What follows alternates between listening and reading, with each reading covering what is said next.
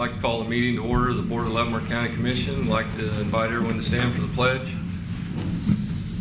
I pledge allegiance to the flag of the United States of America and to the republic for which it stands, one nation, under God, indivisible, with liberty and justice for all.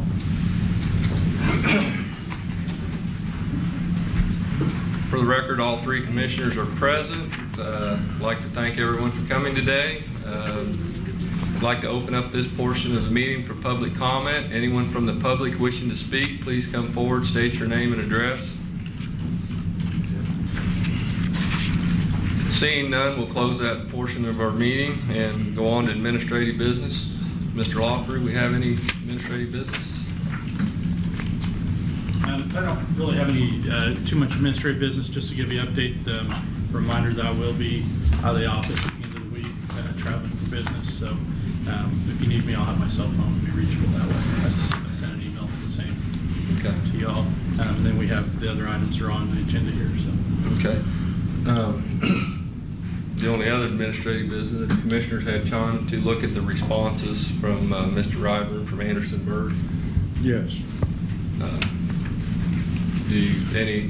Does the commission have any thing they want to add to that? I do have a response to that if we vote on it. Okay. Well, I'd need I move approval. to authorize the chairman to sign the response. Yes. Second. Voting. Aye. Aye. I want to make a brief statement for the record. As I said during executive session, I have read through the response that was prepared by Mr. Ryburn without any input by me, and the statement made about me are inaccurate, misleading, and conveniently omit facts. I look forward to being deposed in this matter so that I may speak for myself, and I vote nay. Okay. Once again, you're entitled to attach your responses to this document. And is that what you are wanting to do, or do you want to just wait? I want to put this in the minutes, and I could attach this to the response. Okay. All right. That'll work, Commissioner. All right. Have commissioners had a chance to look at the minutes? I have, Mr. Chairman. I see no corrections, and I move approval. Second. Voting. Aye. Aye. Aye. We don't have any OCGs today. Approval of a grant. Who would be doing that one? The sheriff. Good morning. Good morning, Sheriff. The Sheriff's Office, in partnership with Leavenworth Police Department, participate in a burn grant every year. We have done so for the past many, many years, based on Part 1, Part 2 crimes. And essentially what that is the federal government will in turn give the participating agency a certain amount of money based on the amount of crimes. The intent is to use that money to purchase equipment to fight, pursue crime fighting for those types of crimes. The agreement has been a 60-40 split with the city of Leavenworth. And in saying that, the total amount awarded this year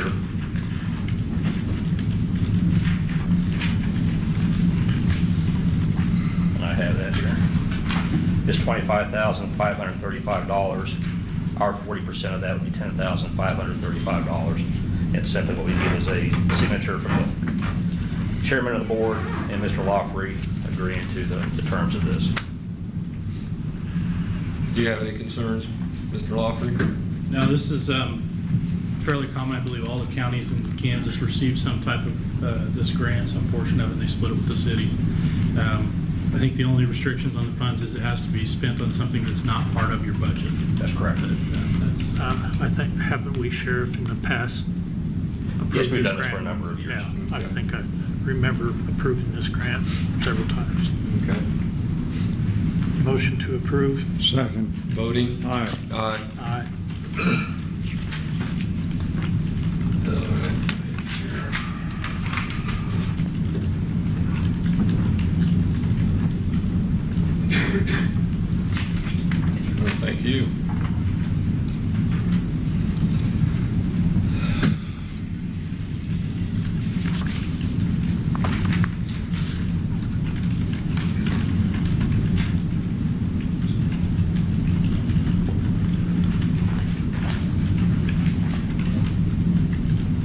Sheriff, we're ready for the Falcon Lakes interlocal agreement.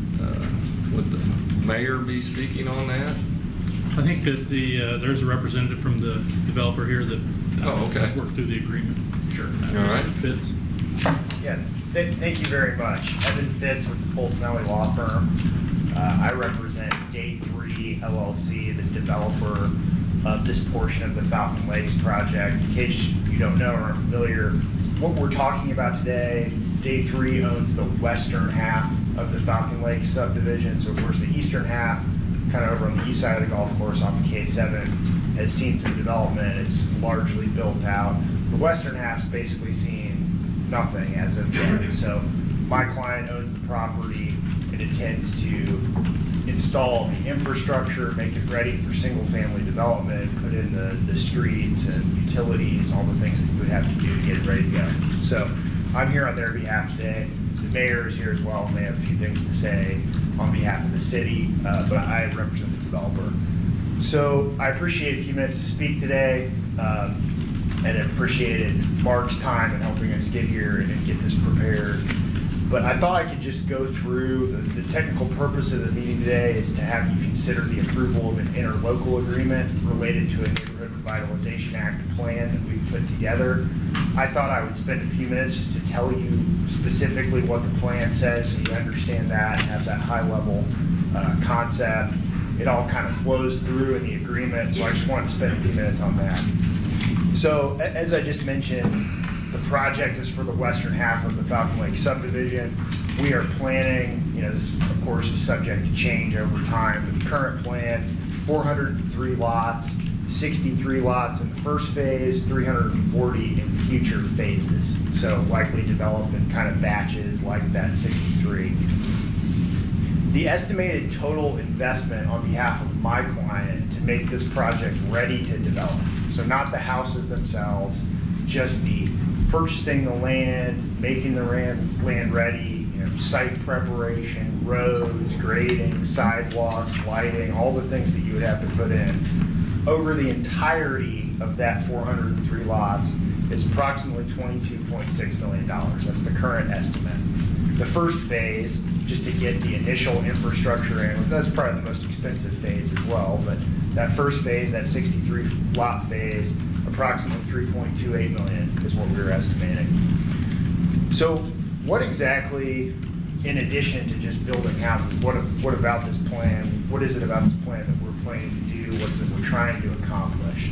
So first of all, there's a desire on behalf of my client, rather than to stack up that property as much as you could, get the most density you possibly could, he wanted to focus on a quality large lot subdivision. So something a little bit larger than you might typically see in new developments. I mean, if you kind of go around to different parts of the Kansas City metro area, you see you can get 6 or 7 houses on an acre if you really try, by the time you take out a little bit of room for infrastructure and street and sidewalk and things like that. The goal here is to go larger, go 3 to 4 houses per acre, and make things a little bit bigger, a little bit more spread out, because we believe that there is a demand for that type of development in the Kansas City area. We are trying very hard to catch a current very good market. The residential real estate market is as strong as it's ever been in the Kansas City area at the moment, but exactly where it goes from here, we don't know. We all hope it stays good, but the bad news about good times, they tend to be followed by not so good times. So right now, you can borrow money relatively inexpensively. Interest rates are very low. There is a lot of demand for people moving inside or out from outside of the area into the area, as well as people who just want to upgrade into something newer. So we're trying to catch that and get this phase of the project, especially that first phase, get that off the ground right now and make sure that this is not something that ends up getting caught by a bad market and sitting. We feel like if it goes now, that it will keep going for the intended development phase, but if we miss this, we're a little bit more concerned about it. This investment that we're putting in up front, as well as that idea of making this a large lot subdivision instead of packing it with as much density as possible, it puts us in a little bit of a difficult position that we don't have as many homes to sell to recoup that upfront infrastructure investment. So we liked the plan, the city liked the plan, but there was a little bit of a gap, or I guess an economic disadvantage that you might say, by going with this approach. We studied this very carefully with the city. The mayor was actively involved in this for a long, long time now. It was decided that the way to best kick this off and make sure that this plan can move forward exactly as we wanted to do it was to do some level of tax rebate to the project. We wanted to focus on doing something that was very limited, very short term, had a defined start and end, and would be something that was truly intended only to get this project off the ground. We didn't want to make it some kind of long-term grant that was underwritten by the taxing jurisdictions, just something very, very short and sweet. So there was kind of this business arrangement that the mayor got very much behind. I know the mayor discussed this over time with members of the county, the school district, and other taxing jurisdictions. But there was this idea, it was just an idea at the time, that it would be great if we could offer a rebate for each home that was installed of a 3-year tax rebate where you went 90% the first year, 70% the second year, and 40% the third year, okay? So again, as I just said, burns off after 3 years for each individual home. You can see it steps down over that time. The people are really only very heavily committed in that first year, and then it phases out. So that was the goal. So where do the lawyers come in? Well, that's a good goal, but we have to find a legal framework that makes it work. We discussed this, on behalf of the city. I worked very hard with their city attorney. I worked with your county attorney to try to figure out exactly how it is we could put this nice agreement, business agreement, into a legal framework. What we ended up deciding was that the Neighborhood Revitalization Act provided a good structure to potentially do this. There were other ways we could have done it. We could have looked at tax increment financing would be one. We could have tried to go through County Home Rule Authority and City Home Rule Authority, although those get a little bit more precarious, particularly on the county's end. So we just decided that this NRA Act provided us a good legal framework to do this. It had been used previously in the city, so it was something that they were familiar with, and it allowed the city to a certain extent to take the driver's seat on the approval process. So what does the NRA Act allow us to do, and what did our plan entail? We believe it allows us to use the funds, the tax increment generated from these homes. So currently there's very little value out there. When you build homes, you generate an incremental value. So we believe it allows us to use that increment for two purposes. Number one, to repay the developer's infrastructure investment. And number two, and this was an important part of making this work for the NRA Act, to offer a rebate to the actual homeowner taxpayers within the area over the 3-year period that we are also offering a rebate to the developer. So to make that work, we had to tweak the business arrangement slightly. In addition to the 90%, 70%, 40% rebate that we are going to propose be passed on to the developer, we also proposed that in each of those years, a 5% rebate be sent back to the actual homeowners that pay the taxes in those years, okay? That's not a lot of money. 5% of the property taxes, we would estimate it to be approximately $286 per year. But as we got to thinking about it, well, okay, first of all, it helps us use the Neighborhood Revitalization Act as our tool because we believe that the act requires that you do both. But second of all, it's not exactly the worst marketing tool to be able to say to a homeowner, you're coming into this subdivision and you're going to get a $300 tax rebate your first 3 years. So we liked that. We felt it worked. We felt it was legally sound after considering it with the city, and we decided to proceed with that, thus being here today. So the Neighborhood Revitalization Act, it requires us to make certain findings that the area is eligible, and we went through that process with the city, and ultimately they approved it in April of this year. We've been working district as well as with Mark to try to get in front of you today. We've been working on an interlocal agreement to implement it, and we're very happy with where we've ended up, so we do appreciate that. I explained the 3-year rebate window as to each home. The plan also limits the total collection period, if you will, to a 6-year window to try to capture this incremental tax. So what I mean by that, to try to lay the phasing out, and again, this is all spelled out in the agreement.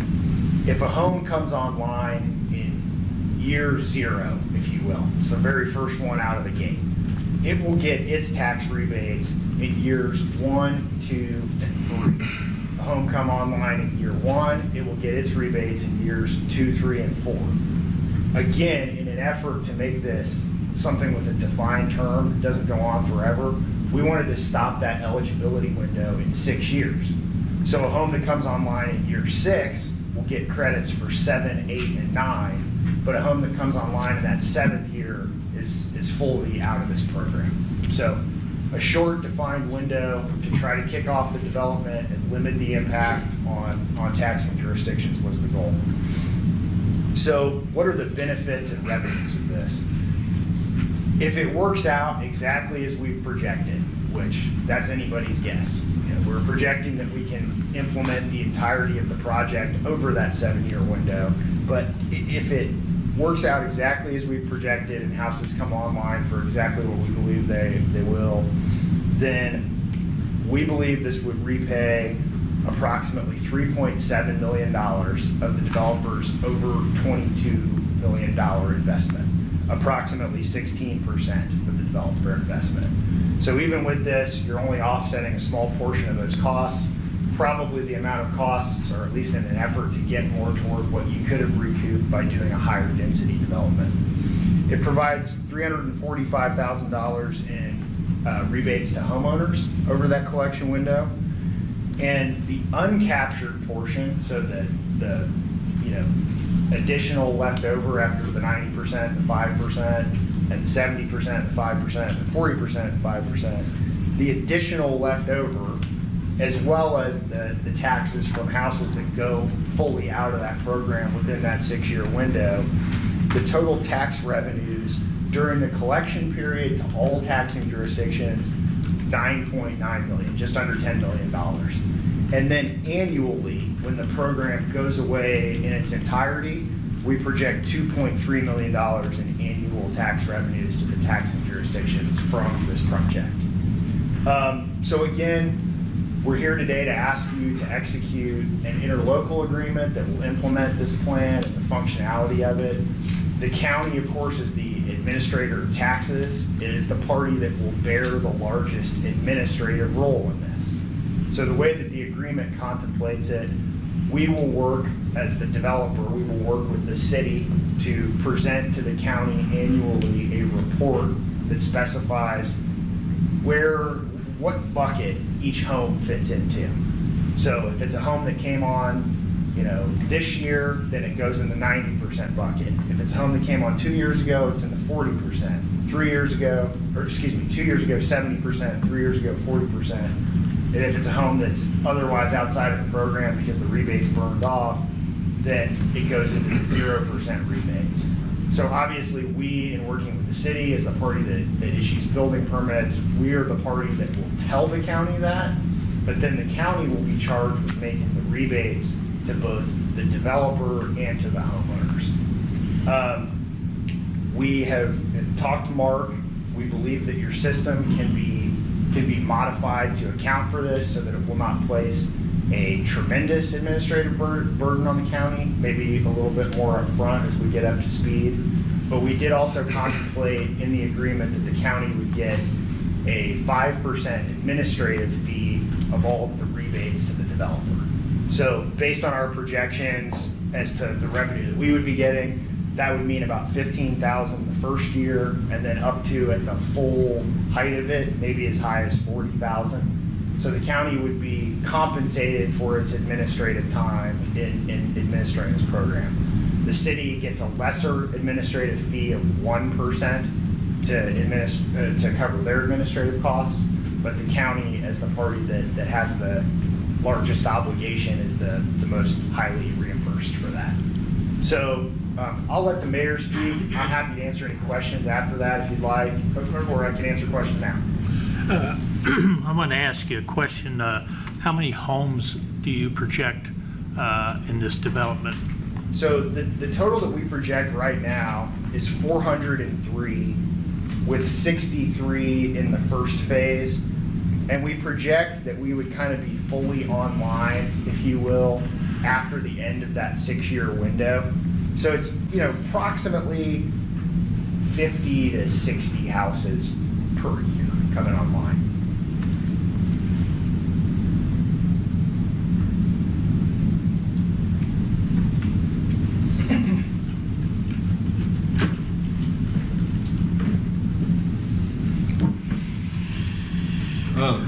You mentioned trying to get this to fit in legal framework.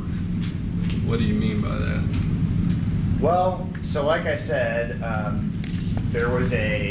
before there was legal framework, there was a business agreement. So there was this idea of these tax rebates, and then it was left to me working with the city's legal counsel to figure out exactly how we make it work. There are a number of tools that you can use under Kansas law to do some level of property tax rebate. The NRA Act, the two that we most heavily considered were the NRA Act and the TIF Act.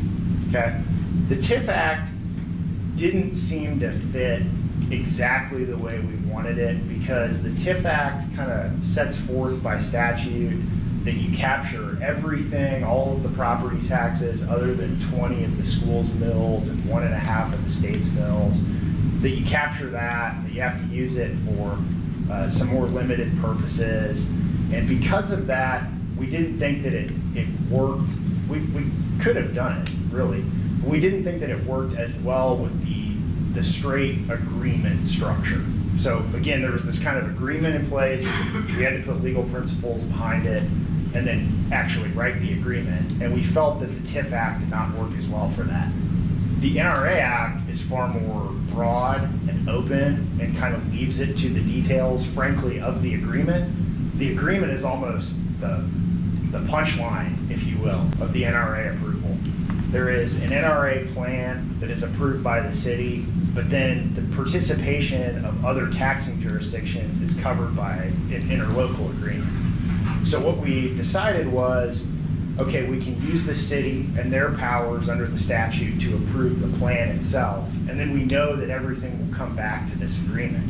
Well, because we started with what we felt was a conceptual agreement, we thought that it was great to get us to use something that would get us to the place of ending with that conceptual agreement. The trick of the NRA Act was that the statute uses pretty clear language that requires, in addition to the rebate to repay the cost of the developer, it uses pretty clear language about that taxpayer rebate.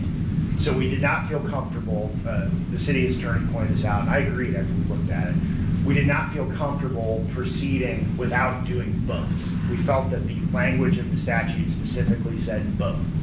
And so what we did, the entire NRA plan is the way that that's structured, that kind of key component of it, is related to the exact authorizing language of the statute. We do know that this interlocal agreement, like every other interlocal agreement that's contemplated in the document, will have to go to the Kansas Attorney General's office. They have to sign off on the form of the document as well as the legal substance and the legal underpinning of it. So we wanted to make very sure that what we were presenting to them, if asked, we could come back and say, here is the section of the statute that we, created this plan off of. So we feel comfortable about that. I mean, we've not specifically reached out to the Attorney General yet. We just got approval of the interlocal agreement from the school district last week. We're seeking your approval today. Those are the three parties, the city, the school district, and the county is the most heavily affected in terms of property taxes. Those were the three taxing jurisdictions that we are starting with, that are the base of the agreement. And when we have the approval of all three, we'll take the agreement to the Attorney General. The document contemplates that we can add additional taxing jurisdictions, and others are considering, and I believe at least one has authorized participation in the program. So we'll likely add them, but we've been waiting for the final approval of both the school and the county before approaching the Attorney General. If we go to the Attorney General and the Attorney General says, for some reason, this doesn't work, or you shouldn't have used the NRA Act, well, then we'll go back to the drawing board. We had other options. We could have gone other routes. We just tried to pick the one that we thought worked best. It is a little bit of a guessing game, but we believe what we did is legally sound, is exactly out of the statute, and was what we were authorized and permitted to do. So that's the somewhat long answer to the Okay. question. All right. Commissioner Graber? I'm going to display my ignorance. Can a school board legally waive property taxes that are due it? There were specific exclusions. We studied this with the attorneys for the school district just over the last couple of weeks before they approved it. So the school district's mills, as you probably know, it's kind of a mix of a few different things, right? There's been a lot of recent legislative activity in Topeka as to the 8 mills, which I believe is the capital improvement, if I'm not mistaken, mills. And those mills, via an act of the last legislative session, were essentially excluded from every property tax related incentive that exists, okay? So I think the school has approximately 60 mills just in the ordinary course. So minus 8 mills right off the bat because of a recent legislative action that actually occurred before this plan was approved. Or excuse me, after this plan was approved. Then we studied the 20 mills, the state general fund mills. And in looking at those a little more closely, we realized that, so the authorizing statute for that 20 mills is a little confusing as to exactly what you can use the money for. But we felt, and the school felt, and I didn't disagree after we got into it, we felt that it was most legally sound to also exclude those 20 mills. So the school's 61 plus or minus mills, and this is contemplated in the agreement, we are backing out the 8 mills and backing out the 20 mills. Everything else that they have, the other 33 plus or minus mills, are still eligible to be captured, but those 28, we just felt that the statutory authority was either very clear as to the 8 or pretty ambiguous as to the 20. So again, going back to imagining an attorney general reading this document and saying what does or does not work, we wanted to be clear to present to them something that we felt would work. So we just have excluded those. Mark, have you looked at that point? Yes. I've talked to the school superintendent about it as well, and I know that they had agreed that basically the capital mill levy was exempt, and then also the state levies for the school district would also be exempt from this program. Well, I think that's a question that might come up during the review of this. We have implemented a lot of neighborhood revitalization in the county, and the 20 mills has always been exempt. Evan is correct. This last legislative session, they've also exempted the capital outlay, which is the 8 mills that he has talked about. Do you mind if I ask a question? No, ma'am. Floor is yours.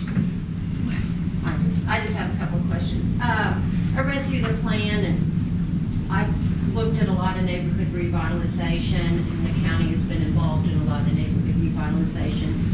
I have not currently seen a program that the developer was refunded. I have seen many programs that the county has implemented with other entities where the taxpayer received the full rebate. Right. So do you believe that that will be be something that the Attorney General will look at when they are reviewing this plan? I would kind of expect so. I will say, what you just said is 100%, accurate, and it's in line with my experience. The NRA statute is most commonly used, and it works the absolute best for overlaying it in an area that has property, established properties, things that are already built, houses, commercial businesses, whatever, that are in decline, and that somebody's going to come back and fix at some point. So for example, I've seen it used in residential areas, kind of older residential areas, where the city goes and passes the NRA approval and says, if you do X, Y, or Z improvements to your house, then we'll give you the difference, the increment from the increase in property taxes for some period of time. I have not previously seen the NRA Act used to provide the rebate that we are discussing to a development entity and to the taxpayers. It is typically to the taxpayers. But in looking at the statute, basically, I didn't go into this because it was kind of beyond the purview of this meeting. It was important for the city in their approval process. But the NRA Act, when you're approving an NRA plan, requires you to make a finding that the property is an eligible area, okay? So what they study in determining what makes for an eligible area is more or less blighting factors, if you're familiar with that term from like TIF programs and things like that. So this property, I'm not going to call it a blight. I was careful about this. Yeah, I was wondering if you were going to call that a blighted area. No, That's a blighted area. I really live in Absolutely. You're in the I was- good neighborhood. Nate. Yeah, I'm in the wrong neighborhood. I hear you. So again, going back to the idea, we have to just find something that fits, right? Right. So, but what does the NRA Act speak to in terms of the blighting influences? Defective or inadequate streets, incompatible land use relationships, faulty lot layout, size, adequacy, accessibility, unsanitary or unsafe conditions, defective or unusual conditions of title, conditions which endanger life or property by fire or other causes. So what are those applicable to this project?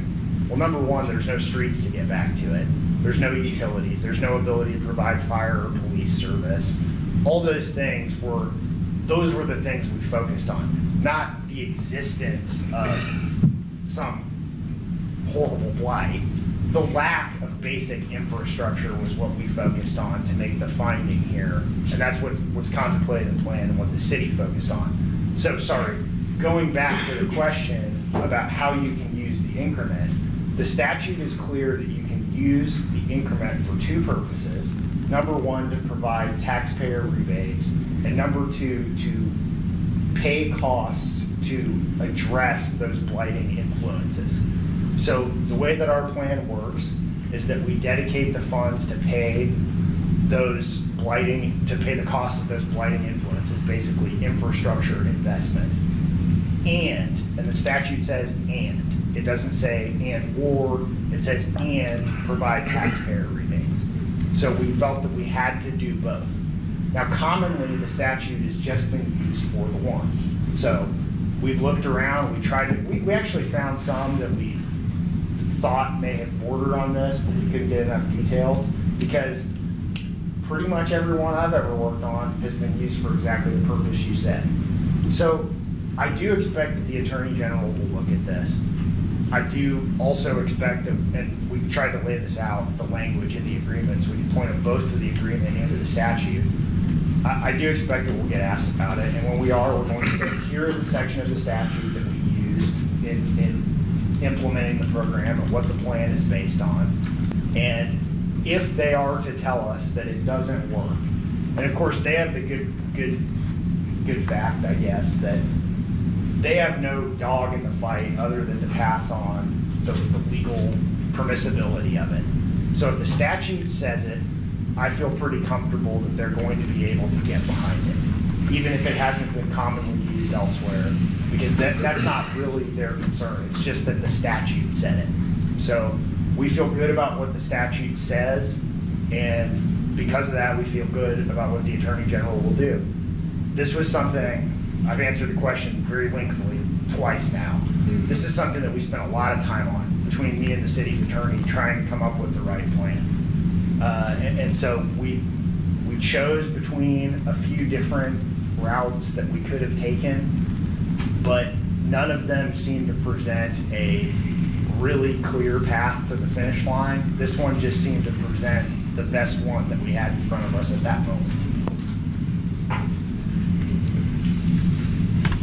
Can I ask an administrative question? Sure. Yes.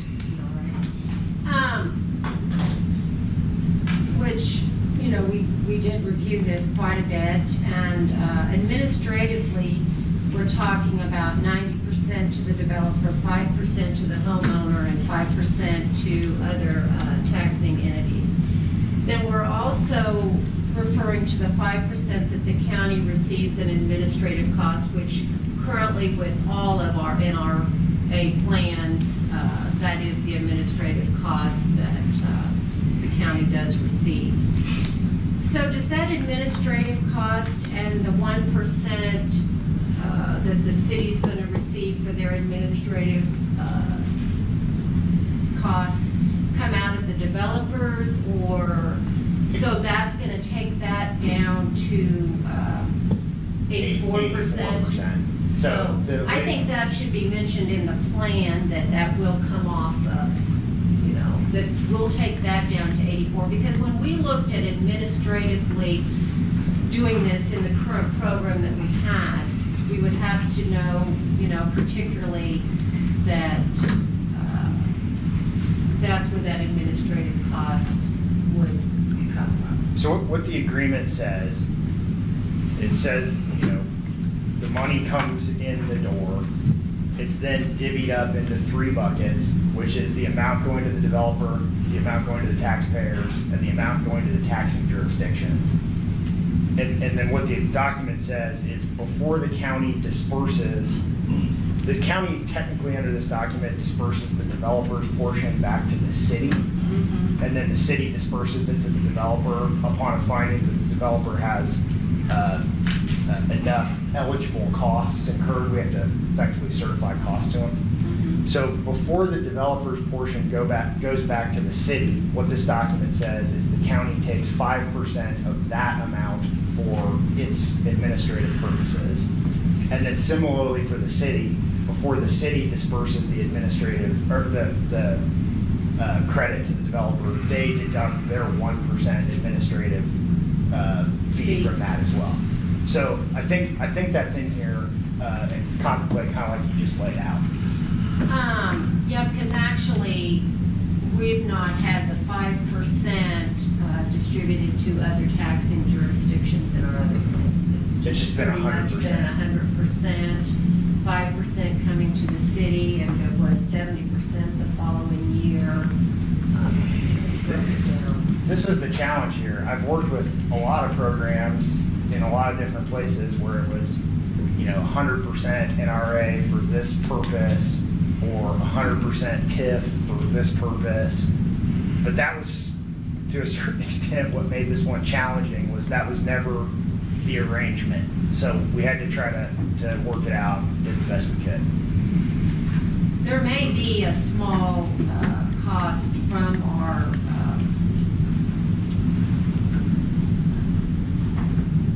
current company that, you know, does our tax work, and so I know we've talked about that. This also, that you can, of course, let us know about that. The only other one that I can think of off the top of my head, it's not going to be a major cost, but we did say that we reimburse the county for the costs of postage of having to send out a bunch of taxpayer rebate letters. So, Well, that's really least of. we tried to think about other costs that the county incur, I guess. And I tell you, we do appreciate that, but we would probably just assume that in the 5%, you know, administrative costs. So. Yeah, the goal was to try to reimburse the county for its administrative and then actual costs. So you just mentioned the cost from the vendor. You know, it was just, we tried to think about what kind of actual costs might the county have. The postage just happened to be the only one we thought of off the top of our head. In talking to our vendor, we tried to make it possible that there would not be an additional cost. I mean, we tried to consider it for the city and day 3 or day. So, now we did look at having as least amount of cost involved to any of the parties involved in this agreement. Would the staff and the commissioners, would they like to table this for like a work session on Thursday? That we could, well, Mark won't Mark will be gone Thursday, Thursday. so, You know, we have reviewed this. If the board needs extra time to review it, understandable. We have reviewed this on the staff level. Okay. Any questions and comments that we have sent over to Mr. Fitz have been addressed. Okay. They, in fact, very reasonable. Anything we had, they made the changes and sent it back to us in a pretty timely manner. So I think they've been very cooperative with us. Well, I want to, like I said, I support housing, and I want to make sure we do this right, and it's a blueprint for other developments in the future. Well, before we take a vote, I'd rather hear from the mayor And on this. if I could, I just wanted to add just a little bit here. We looked at this internally, and from a legal standpoint, what we've said is this is up for the Attorney General to review and decide whether it's legal or not. So what we want to do is make sure that the county was protected in the agreement, and I believe, and Mr. Van Paris can comment on that, that we have addressed that. Commissioners, this has been gone over very carefully. As Janet alluded to, it's a bit of a creative use of the Neighborhood Revitalization Act, but the legislative history of the Revitalization Act is such that local municipalities are encouraged to be creative with it. It's to address problems where there are existing deficiencies and problems where there are absences that cause deficiencies. It allows the local community more or less to craft, with pretty liberal terms, a proposed solution to it. As Janet stated, this is I will call it novel and innovative reading of it, but at the same time, it does not put the burden or the risk of the development on the city of Basehurst citizens, to the citizens of the county or the citizens of the school district. The school district did a very good job in protecting their interests with respect to limitations on what can be waived and what cannot be waived.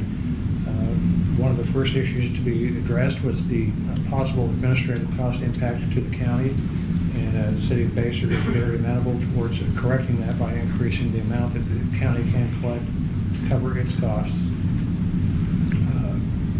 I'm not certain if the Attorney General will approve it or disapprove it, but from the county perspective, it meets conditions that are similar to other neighborhood revitalization acts that the county has approved for other municipalities. I think we've approved this in prior years, not the same concept, but we have approved it with the city of Leavenworth. Sir, we have neighborhood revitalizations with the city of Basehurst, the city of Tonganoxie, the city of Leavenworth, and the Yeah, city. I can remember sitting What in was a on few one. years ago that, oh, that's been a long time. It's probably been about 8 years ago. Did we have something similar to this in Basehurst? Yes, we did. Okay. And it just expired, or Yeah. did they all fill out? Yes, sir. It expired? Yes, sir. Okay. It never was renewed? So the other thing, just briefly, benefit districts. So really, what we have here is kind of a benefit district that's been established, but it's in reverse. Because they could establish this as a benefit district, the city would then go out and issue debt to fund all the improvements that they've talked about, and then the city and the citizens of Basehurst would be at risk, which is what Mr. Van Paris was alluding to, if the subdivision failed, if it didn't build out. So then the city would be at risk. And I'll give an example that the mayor probably won't like, but Basehurst Town Center, right across the street from City Hall in Basehurst, is a good example of that. It's a failed benefit district where they came in and started the development, spent a lot of money on infrastructure that the city funded, and now is making payments on because that subdivision never developed, and the developer let it go back because it's too expensive to pay the specials on it to develop right now. Hopefully they can address that in the future. But that's what this approach avoids. The developer is taking on all the risk and just asking that he be reimbursed for a portion of that. And it's different. It's a pay-as-you-go versus a pay it up front, which is actually better for the city and for the county, really, as far as that goes, because. So actually, the county is at no risk. Well, there is no risk because No. they only get reimbursed if they have development. And Right. that's the pay-as-you-go That's- approach, which is And much. that's my point, is much that, better approach. that the county is at no risk on this development. And I think that's very good. I think they did their homework. Commissioner Graber, you have any thoughts? Well, I'm encouraged that we're looking at this, because if it can be put together and made to work the way that it's being brought forward, this could be a model throughout the state, and it's good. Well, let's just make it a model in the county first. Well, all right. I like to look beyond. I know, but like I said, I think there is a housing shortage, because I talked to a lot of realtors. People, as soon as they put their house on the market, it sells, or they either got 2 or 3 people wanting, and there's a bidding war. If you drive around the community here in Leavenworth and you look for real estate signs, you hardly see any like you used to. You Right. used to see.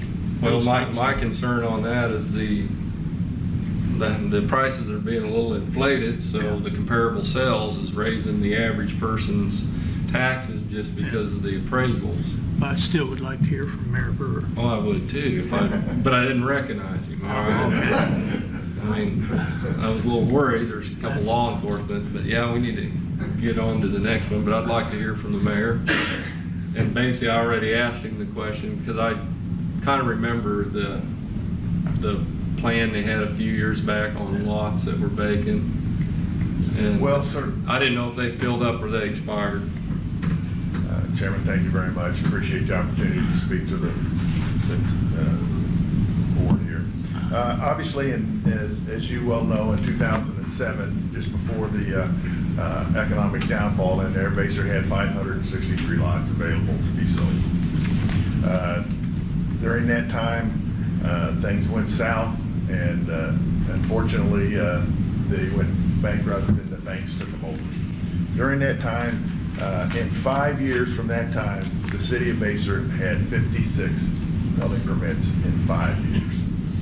Starting in 2012, it started picking up. We had 35. In 2013, we had 79.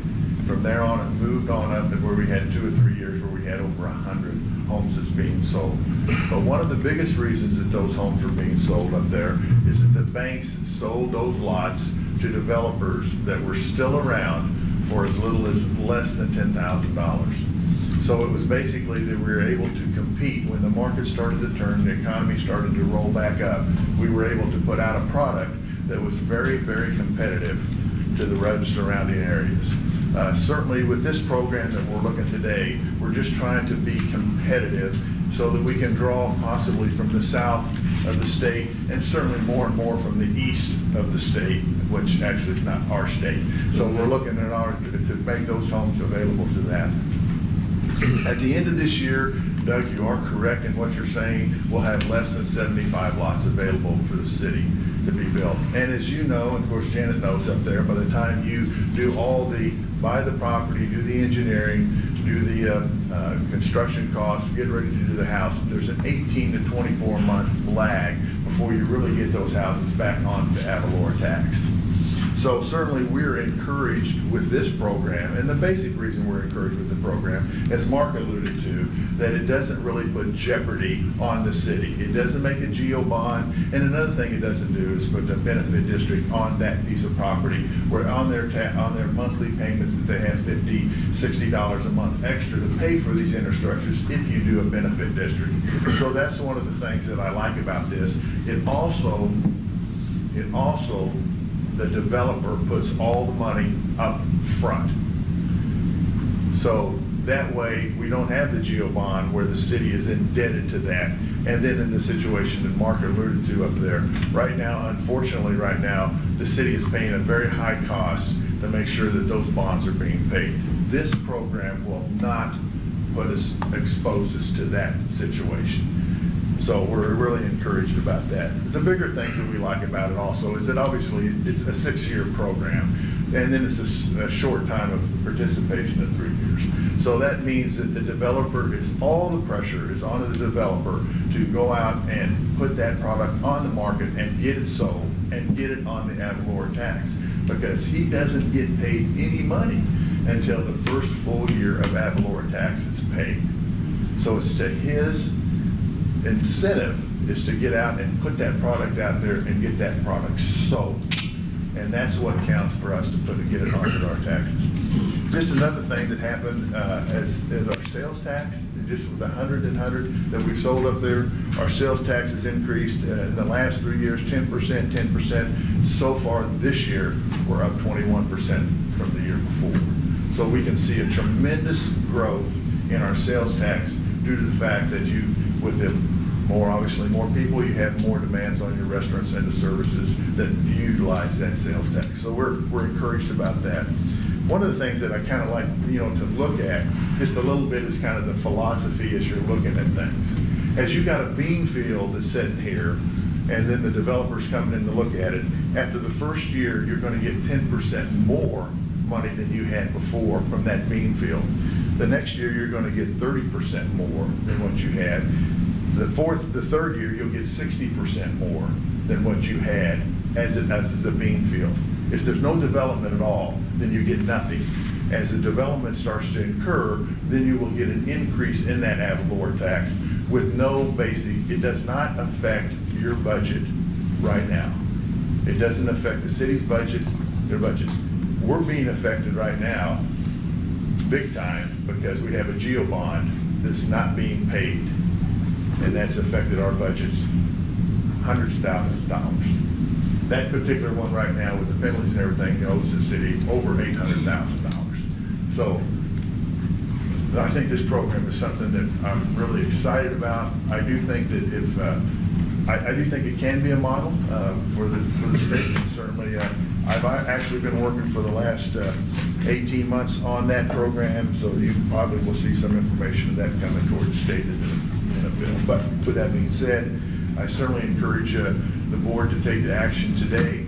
The library was a unanimous vote with the library, a unanimous vote with the school district, and a unanimous vote for the city. So I'd just like to leave it. I certainly. Does the township board have to? No, sir. We will. I've had conversation with the township board, and they are encouraged. I'm encouraged that they will participate, but they haven't. I haven't had the meetings. They only meet once a month. Right. It's kind of like you got to try to catch that meeting at the right time. But I certainly appreciate the time. Okay. To come up in here, and I thank you very much. If there's any questions, I'll try to answer them. I think we've covered everything. Does commissioners have any more questions? I have only one, and I don't know who gets this one. If we sign this document, what commitment does the county have at that point? To collect and distribute. I'd simplify it into, it would be your duty to collect ad valorem taxes and distribute them in the manner as provided through the agreement. There are no the county does not fund this. I think as the mayor summed up, if I could simplify this at its most, it's a risk shift. It shifts the risk from the city to the developer. Okay. Thank you. Thank you for your time. Thank you. I'd like to make a motion that we approve the interlocal agreement with City of Baser. I guess that's who it's Chairman, with or with. before you do that, I thought I saw a hand back there that someone wanted to speak. Mr. Clem? I'm glad you mentioned what you mentioned, because I went to this very dignified, I thought it was Christmas. We'll have a family discussion. How would I look? Louis Klemp, 1816 Pine Ridge Drive, Leavenworth, Kansas.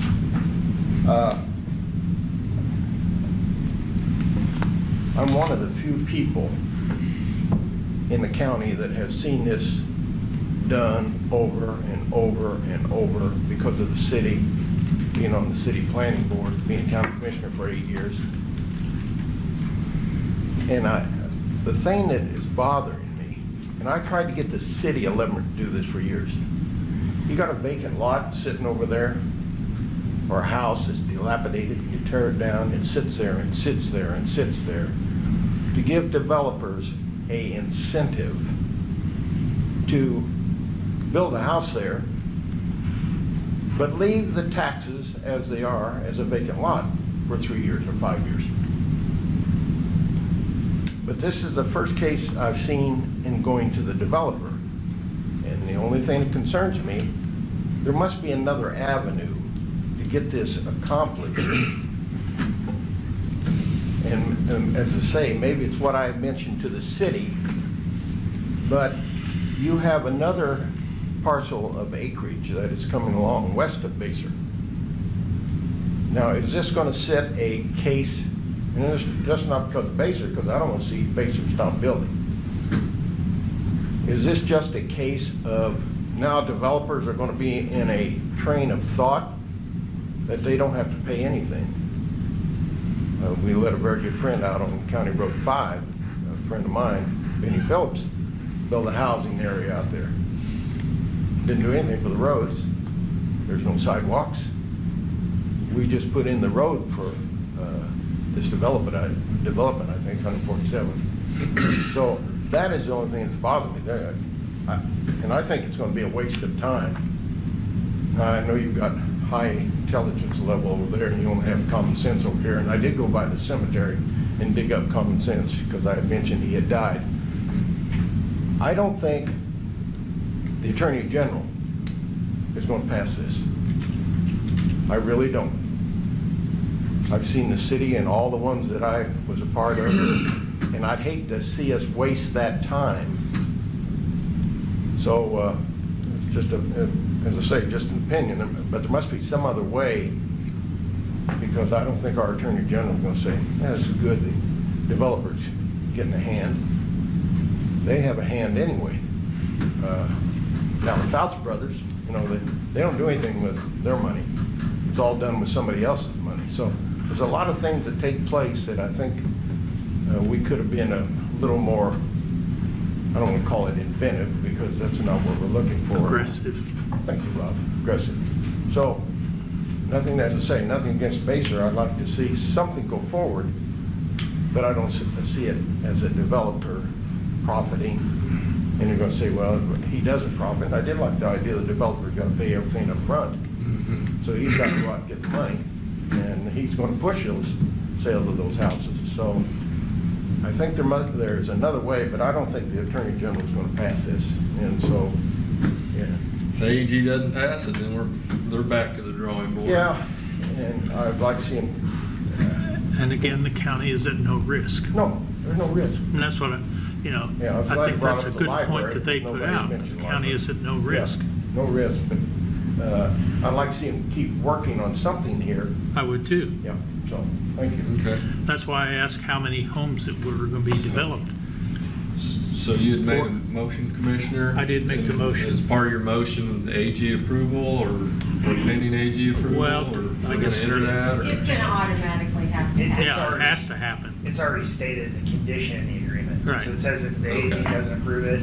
We then- go back to the drawing board, And or they go back. I to hope the we don't drawing do that.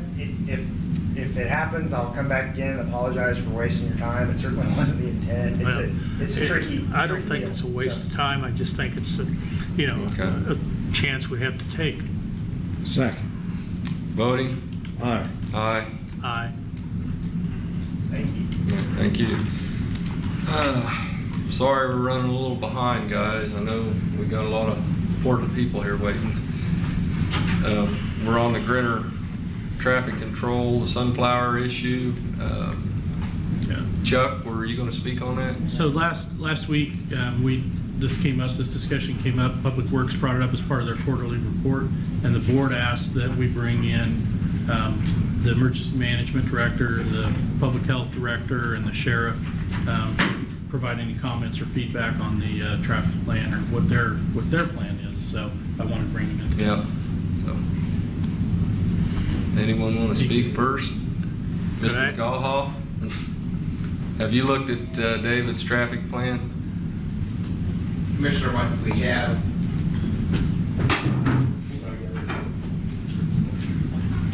we've been meeting on a regular basis, and what we have done is our foreign animal stop movement plan. We actually utilize that plan to do a reverse project, if you will. David's done a good job in putting signage where we need to have it and things of this nature.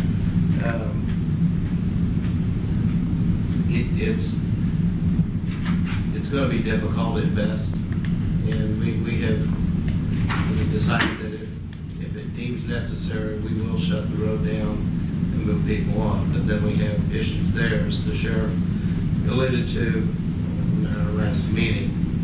And then you got people wanting to stop, ask questions, and you got a delay there as well. So, as simple as it sounds, I don't want to say playing it by ear, but that's basically what we're looking at with the traffic.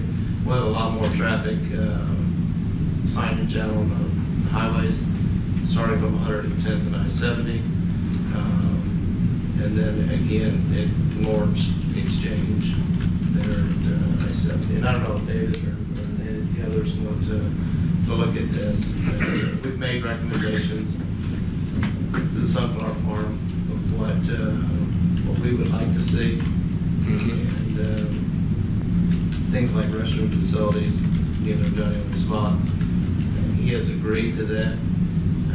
That would, I don't know if that's going to lessen the impact, but I think that the road program is going to hopefully lessen the impact on the state happening or Chieftain Road. Is KDOT going to put these message boards on I-70 or KTA? If we proceed that route, the contract, they have to get a permit through KTA, and KDOT may have a permit also. And so it would cost the county how much? Roughly 20,000, so. 29. $5,850 per weekend.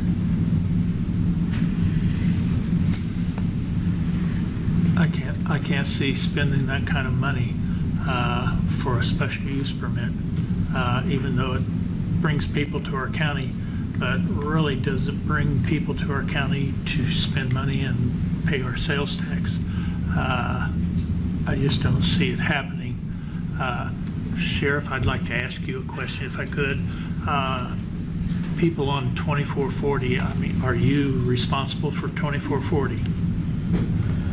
Any way responsible for? In that it's a roadway that falls within Leavenworth County, absolutely.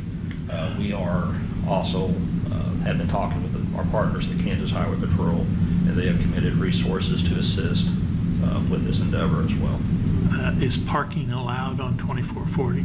Absolutely not. My point exactly. I think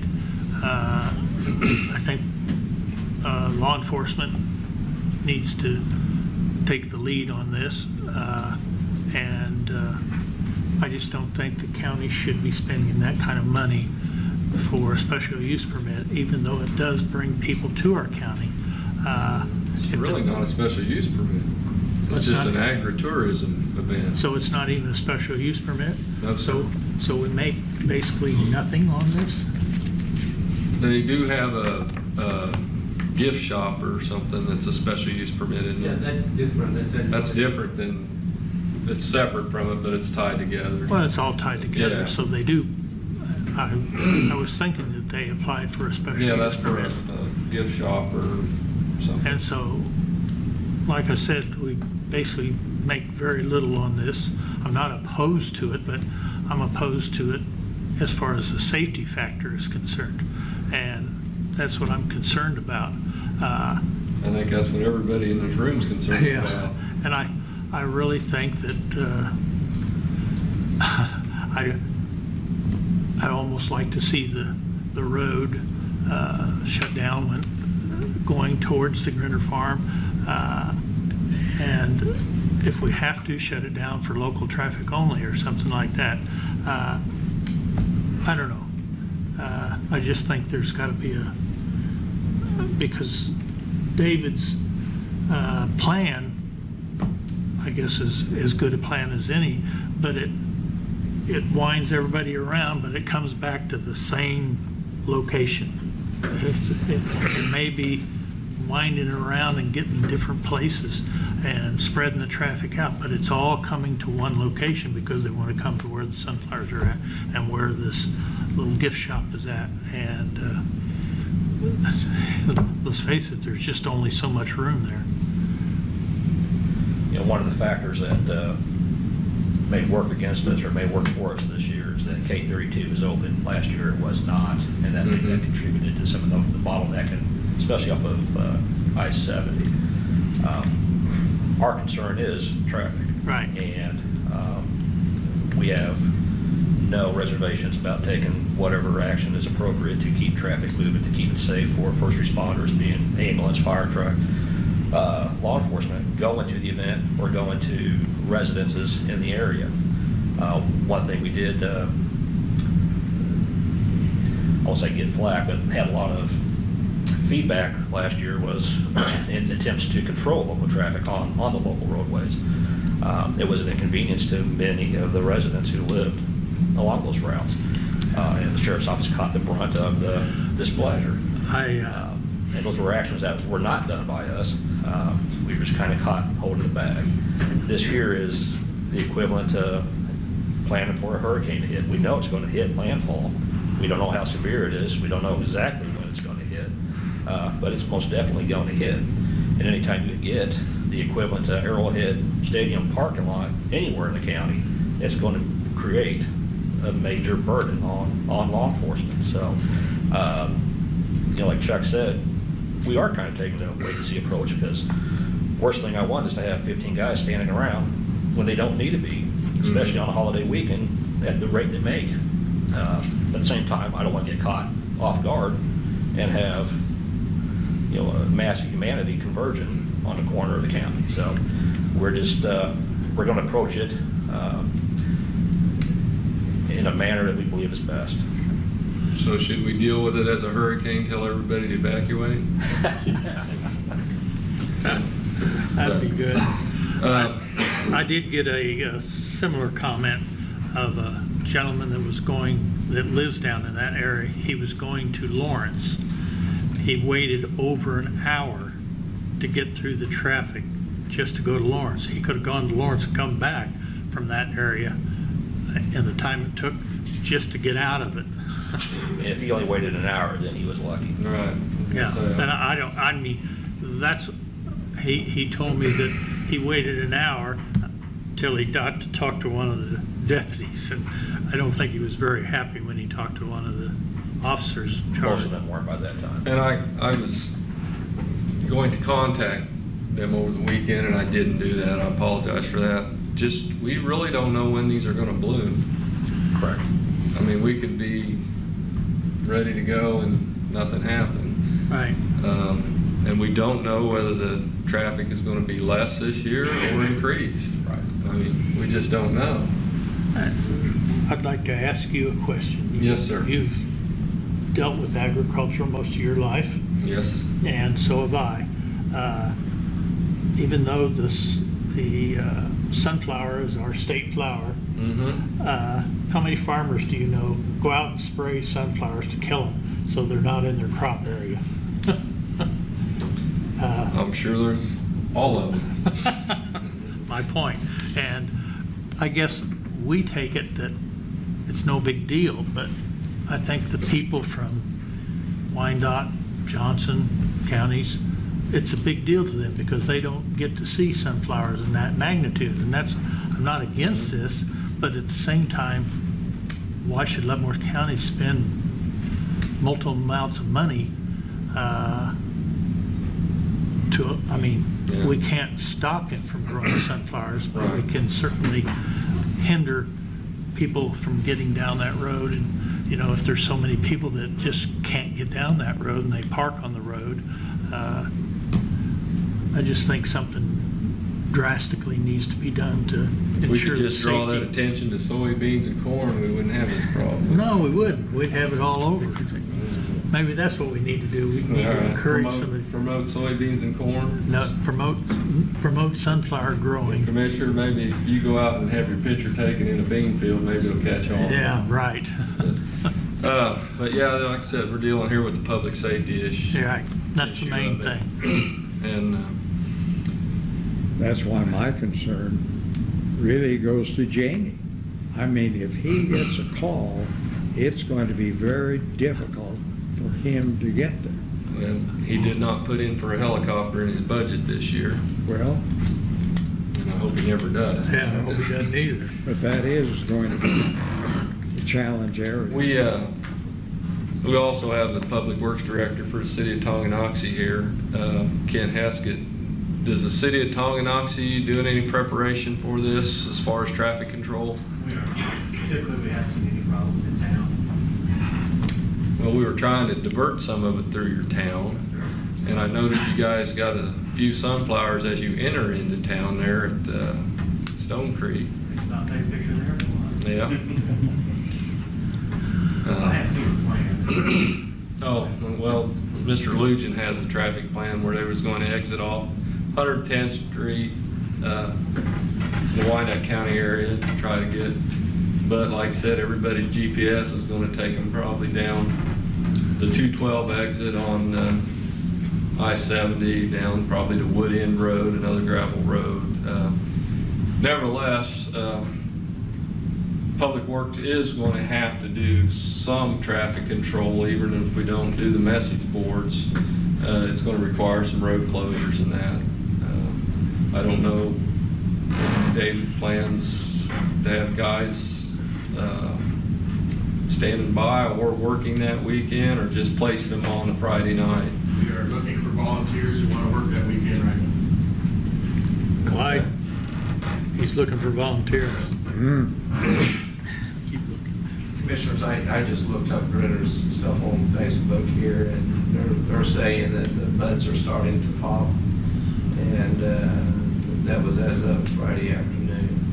But as the sheriff said, bringing in a parking lot or cars for like a Chiefs game is by all means. I mean, they're right at 59,000 followers. They have about 59,000 folks have commented. They can't wait to come. So we are going to have an issue. And I hate to look at, as the limited, but, just off the one post that was 1.3 million people have looked at it. So, I mean, that's just looking at it. I just say that for the fact that, the sheriff's right. It's like when the hurricane, is the hurricane going to be here? Yeah, it's going to arrive. We just don't look, but he's pushing for Labor Day weekend. Okay. Mr. Clem, did you have a comment? Yes, sir. We're making this way too difficult. We got 4 department heads here. And I'd like, excuse me, Louis Clemp, 1816 Pine Ridge Drive, Leavenworth, Kansas. 4 department heads here. And I'd like to ask them questions and have their answers. I see 5. 5? Clark County Planning? Yes. No. That's Jeff. Emergency preparedness, Emergency management. management preparedness has done that. Can you handle all the situations that's going to happen? We're going to treat this like landing at an airport. Ground control, everything that's happening. Can you handle everything that's going to happen? Can I handle it? Mhm. I plan. You plan for it. Can you handle everything that's going to happen? Plan for it. That's a very correct statement. Jamie? Plan for it. Go ahead, I'll say plan for it. Oh, yeah. See, everybody's planning for it. Can't handle it. Now, Jamie could have contacted Providence St. Margaret, or where they have the helicopter. He could have handled that problem. This problem cannot be handled. No way can it be handled. And before I listen to all the department heads, and I know there's someone going to be mad at me now because, They don't want to answer the question. Plan for it, plan for it. Administrators, plan for it. You cannot plan for it. I had written down, how much of the 29,000, that's what it said on the little bric-a-brac, do they pay? Not paying a cent, are they? No. And it's Zero. nothing against their sunflowers, because they could go right out here on Eisenhower Road, across from Storage Box, Inc., you know, who's now in competition with Penske down on 4th Street.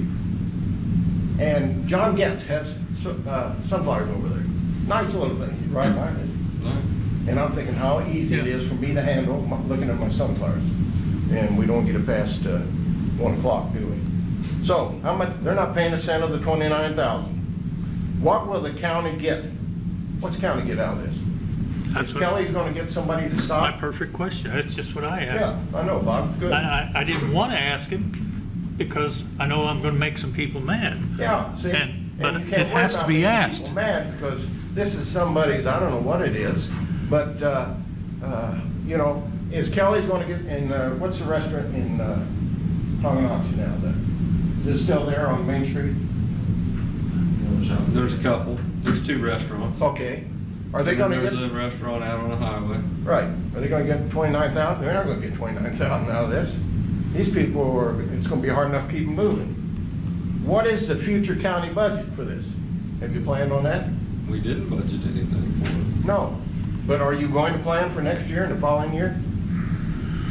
And I just think, you know, if he would answer his question, and he'd answer his, and he'd answer his, and he'd planning for it is not a good statement. We just lost another ship in south of the China Sea because some kind of poor planning there, you know, lost 10 sailors. But everybody, I plan for it. I can, and if I was Chuck, I'd say, there's no way we can do it. Last year, we did not plan for it though, and we got hit pretty hard. Yeah, and you're gonna get hit hard probably this year again because, as you say, Johnson County, Wyandotte County, they don't care. But Johnson County does. They wanna come in and see the buds and all this and that. You're just making it too hard. What you should say is, you're not gonna have sunflowers anymore. We're not gonna put up with that on our roads. It's an endangerment to the south part of the county. That's what it is. And I hope they wouldn't take it personal, but they probably would, because that's their little pet thing. And when you get a pet thing going, and there's one person against it, or 2 people against it, or the simple minority against or in favor of it, it's gotta go through, because it's just something that needs to be done. No. Tell them it's. Not that easy, Mr. Klemp. Sunflowers are agriculture, and we're in an Well, by agriculture God, state. you want to see all the tallies, you want to see where they combined them, you want to see all the profits, and if it's endangering the society of that part of the county, and it is endangering it, and you hate to say, God, I hope something serious happens. No, we don't want But to you say don't- that. Well, but that's the only way to prove that that is going to be the actions that you should take. So, but I would appreciate department heads from now on would voice a true opinion. Don't tell me you're planning for it. You're planning for it, but we can't get it accomplished because we're not gonna be able to get an ambulance in there. Now, I've already checked with the hospital, and they will fly one, and if we'll give them the latitude and longitude of where the helicopter's gonna land, but we gotta have that, and all the phones have it today. My husband's having a heart attack, and we're out here at Pop Street. Could you send a helicopter? And that would be his job, see. Doesn't work, Eddie. Oh, I know it doesn't work, Eddie. So you didn't do any good, how much you planned for. And the sheriff is gonna be the same goddamn way. So, Well, that's why we asked all these public safety officials here today. Well, Mr. Klemp didn't ask me this, but I will answer. Okay. We are planning for it as much as we can. We're trying to be prepared as much as we can. That's But correct. it is true, there is no way we have the staff, the manpower, the resources to handle the increased traffic that is going to happen in that part of the county for these sunflowers. We've said that from day one, which is why we started trying to develop a plan to mitigate it as much as possible. But no, there is no way we have the resources to deal with what's about ready to happen down there. And we've said that since last year, I believe. Thank you very much. Yep.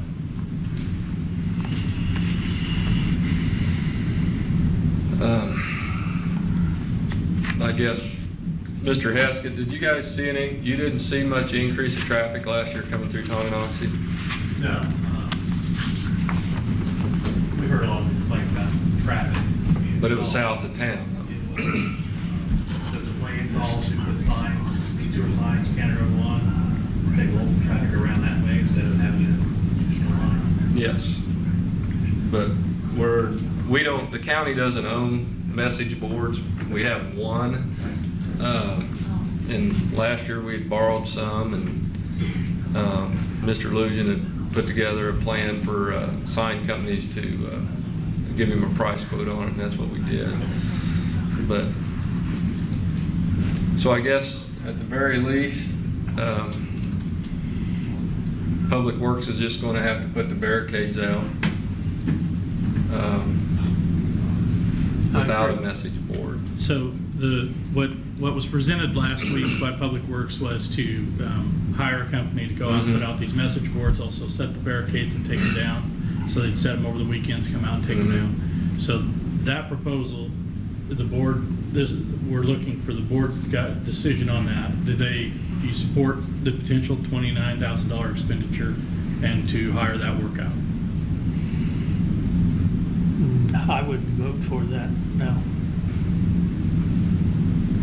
I would vote for the barricades, but I would not vote for the $29,000 expenditure. Yeah, I don't think there's going to be a necessary for a vote on the barricades. That's just going to happen. That's right. Yeah, we'll put barricades out on Woodend and Temple. But are you going to have employees possibly sitting there also, so they don't move the barricades and try to get through, or? That's something I'm considering, yes.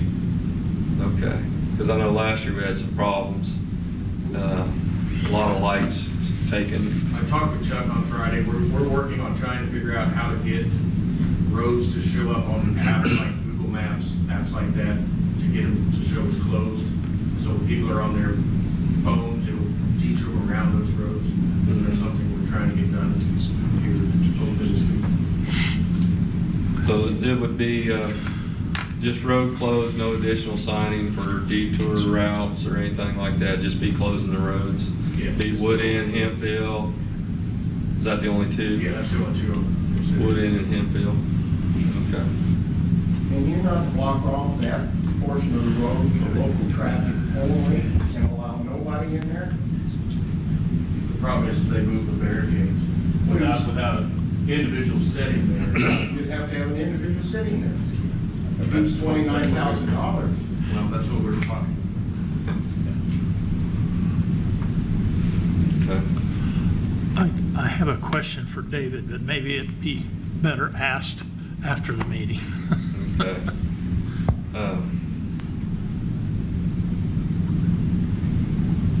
A question for the sheriff. Sheriff, do the message boards assist you with the job and the challenge you have?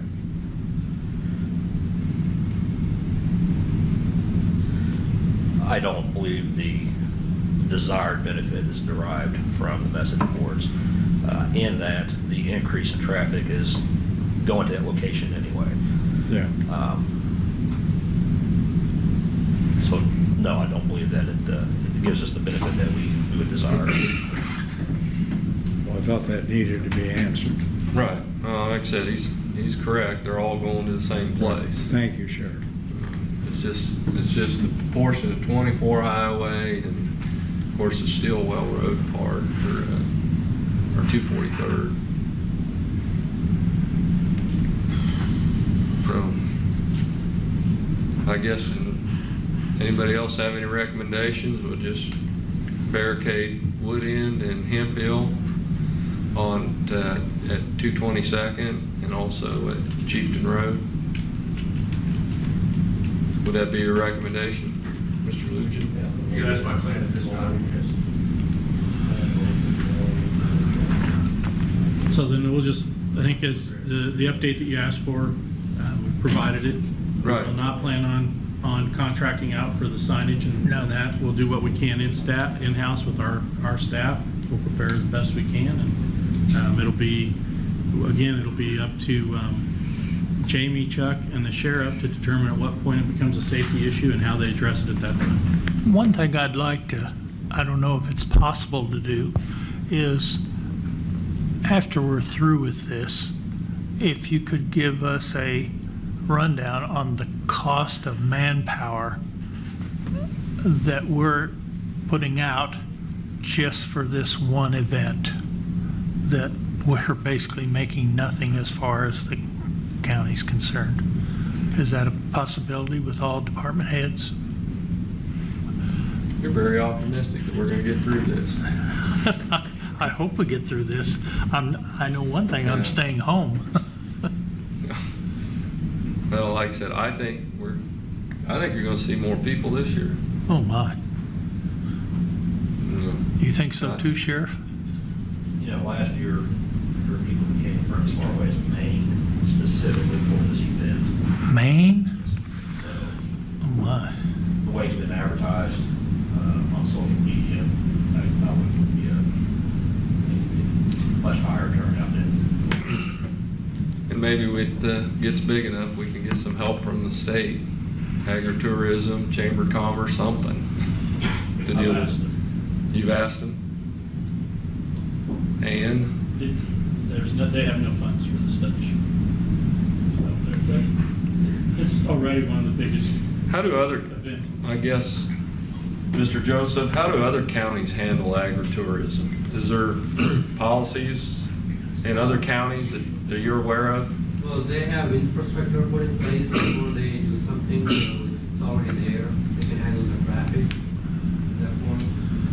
But this is something that just got started like last year. Mm-hmm. The social media, that's what happened. Mm-hmm. Well, we don't have any infrastructure in the county that can handle that much. So, and by the time you put in that kind of infrastructure, it may fade away. Well, I feel bad for you guys on Labor Day weekend. I was there last year. Well, they're asking for volunteers. I did my time last year, Commissioner. Oh, okay. You want So to it's my do turn. it this year? So it's my turn, is that what you're saying? And I did it by accident. I got caught in the traffic. Oh, I was okay, going so somewhere else. you weren't volunteering? No, I called David Lujan when I got stuck in the traffic. I said, "You're not going to believe this. We got to do something." So he jumps in his vehicle and gets stuck in the traffic. So, but anyways, that was the start of it. But like I said, guys, all we can do is plan and see what happens.